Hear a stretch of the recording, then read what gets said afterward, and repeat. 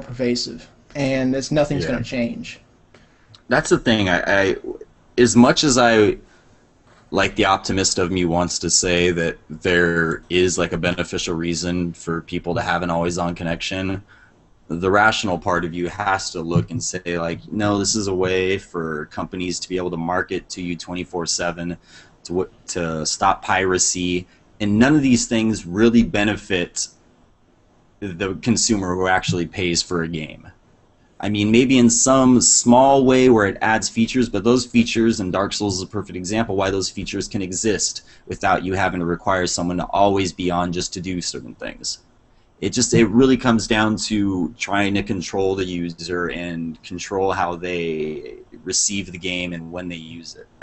I really can't find like a way to support this. As much as I hate to, I can't find a way. Right. And I don't Um, disagree. Brian, do you have anything you want to add to this, man? Yeah, while you guys were talking, I was thinking about like the kind of the place for uh, always online connections, and I think there definitely is a place for it. I just don't think it's being used properly. Um, but like a lot of people are using it for anti-piracy reasons, and I think it could benefit a lot from either like developer like directly or like content from the developer being actively put into the single player experience, or something like that. I just think it's a poor choice or poor model to go with if you're just like launching a game that doesn't use it or like use it in any sort of intelligent way. I think right now it's kind of wasted technology. So yeah, I do it's just think that something I want to put out there. a lot of the things that we've held as like standards throughout generations before, anywhere from like Nintendo to like the NES to what now, a lot of those things that we considered to be like standards of what video games are, we're going to see shift around in the next console generation. So many things that we considered to be like the standard of video games are going to change. The way video games are marketed to you, the way you digest them, whether it be digital or physical. It's gonna. I think a lot of things that we didn't expect, not for necessarily the best, but from like a business perspective, are gonna change about games. And hopefully it doesn't like uh, create bad blood. Like it's sort of starting to. Steam is an example of way that DRM can be done and not be intrusive and actually convenience the player more than inconvenience, because you're not going to get the ability to always download games anywhere you are, have cloud saving or any of those features if it was just a game you bought as a disc off of a shelf with no connectivity. And that kind of premium customer service, that kind of actually enhancing the product with connectivity rather than this sort of draconian, distrustful restrictions. Uh, that needs to be what we strive for, what we expect, and we can't tolerate any of what's going on here. All right. So, given all this, do you guys think that, and including the chat room as well, do you guys think that it's going to be something where we're likely going to see Microsoft and Sony adopt the always on thing, or is it just too early? Are there just not enough people with internet connections? Is it just a bad decision, or do you think that they're going to choose like the money route over what seems Well, the intelligent route? I think that to worry about Sony or Microsoft, I think like in a grand scale, if we're talking like for their consoles, I don't think that's gonna be for this upcoming generation. But I can see like developers individually, or even Sony, Microsoft with their particular games, like their Halo or Uncharted games. Um, but as far as it being like the way of the future for like anti-piracy measures and stuff, I don't know. I'd like to think that it's uh, gonna be kind of reinvented or reworked to be used in a more productive way, but I don't know. Right. What's I that think phrase, Randy, in Star Wars?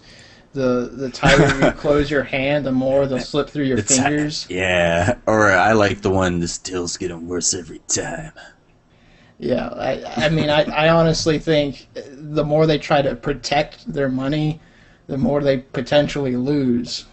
I mean, I don't feel like, and I hate to say this, but I don't think like video game players as a community have enough of what it takes to necessarily unionize, for lack of a better word, behind this. And I think one good game that reinforces an always-on connection that enough people buy is going to start the landslide that's just going to make it the norm. Yeah, there was somebody, a YouTube channel, it goes by the name Total Biscuit. He made this, he had this ranting about pre-orders and how nowadays there's like less and less reason to pre-order. And I think a lot of the idea behind pre-ordering games is actually kind of getting in the way of being objective and being and voting with your money. Like if you're Right. pre-ordering a game, you're not really voting for your money, or you're not even just waiting to see what the quality of the product is. You're actually just saying, "Well, I'm open to whatever you give me." And the problem is that the people that got screwed in the SimCity event are often the people that pre-ordered the game, who bought it ahead of time, who didn't see any of these things coming. Which, to be fair, it's not their fault that the game has issues. But perhaps now that there's this precedent where so much can go wrong in these always connected games, that maybe people should hold off on buying games, not be so quick to pre-order, but actually wait and see. Well, let's see how this turns out first. Especially if ahead of time we hear about we know ahead of time that there's going to be this situation where it's going to be a single player, but it's always going to be online. Then you really have to be careful. Those Well, are the that's times I would stay far away from pre-orders. That's kind of the thing about pre-orders. I mean, that they're created for that reason, to make you kind of get invested in the game before you have enough information to judge whether it's worth your money, by giving you some kind of tchotchke that's going to make you like excited for the game and advertises for the game before it's even come out. Like we're saying, like with PC downloads, I mean, that does give you one good incentive, and it's not even necessarily pre-ordering with like the promise of getting some map or skin. You get it to have it on your PC before it even comes out, and then the day it comes out, you just start playing it. And console games don't even have that to weigh on. It's just more about trinkets and stuff. And I don't know if you guys even care about that kind of stuff, but I have enough trinkets that I've thrown away at a certain point, and I've just given up on that kind of stuff. Yeah, I mean they do everything they absolutely can to entice you with pretty superficial stuff when it comes down to it very often. Not always, but usually stuff you could live without. I mean, the thing is, I know we get excited about games. We can't wait for it to come out. We've got to play it on day one. As someone was pointing out in the comments, Yeah, I just saw. I actually, Total Biscuits comment. I wanted to, if he can follow up on that and give us a little bit more detail, I'd appreciate that. the idea of preloading games, sure, that's attractive, but I mean, this is the issue though. If you know, especially in the case of these always connected games, that given the precedence of these situations where there's so much that can go wrong, I would think it would be wiser to actually just hold off on buying it. I mean, what's internet connections nowadays? You can have a game downloaded in just a few hours. So what's the problem waiting just to see if well maybe there's some serious issues here? Nobody can play the game. That's kind of a problem. I mean, what's the advantage of pre-ordering the game if you have to wait 24 hours in a queue in order to even build a city, or just to look at the tutorial? So, Right. I mean, let's be honest here. I mean, this has to be looked at on a case by case basis. Right. And I think it's tough because I think everyone just kind of agrees that always on connection is bad, but when it comes down to it, is really much we can do about it. It's going to happen pretty much whether you like it or not. There would have to be a shitstorm of people who are just as informed as me, you, people who are watching or listening. And the fact is, we are the minority. There's not a lot of us. There's more people who buy fucking like movie tie-in games than there are people who are honestly like interested in this kind of stuff. Yeah, I mean, but the more this happens, the more that people are going to get, as distrustful as these companies are with this DRM stuff, we're going to get distrustful of them. Well, And yeah, that's the actually, thing. That's kind of like, another thing I want to bring up is just kind of like the nature of the fan base is that we kind of are distrusting. We expect or suspect kind of something nefarious is always kind of going on in the background. Sometimes right, more oftentimes wrong. But this kind of stuff just kind of lends to that kind of idea that you're trying to fuck over the people who are making things possible for you. I mean, you just have to be intelligent. That's all there is to it. I know it's sometimes it's easy to just get really excited and sort of set aside your better judgment, but certain companies, especially like EA nowadays, apparently in some ways they're back to their old negative habits, and that needs to be. You just have to watch out for that. Fair enough.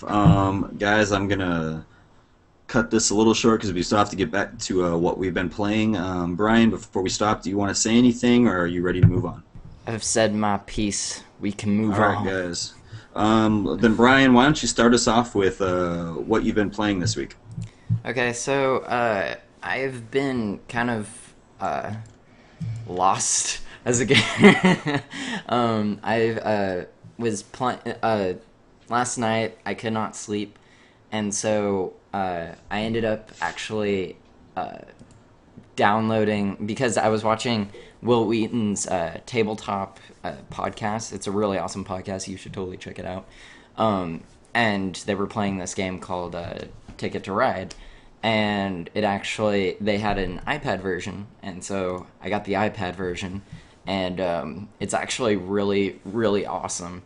I'm not a really big fan of board games or games that have, really lengthy explanations on, all the different rules and stuff.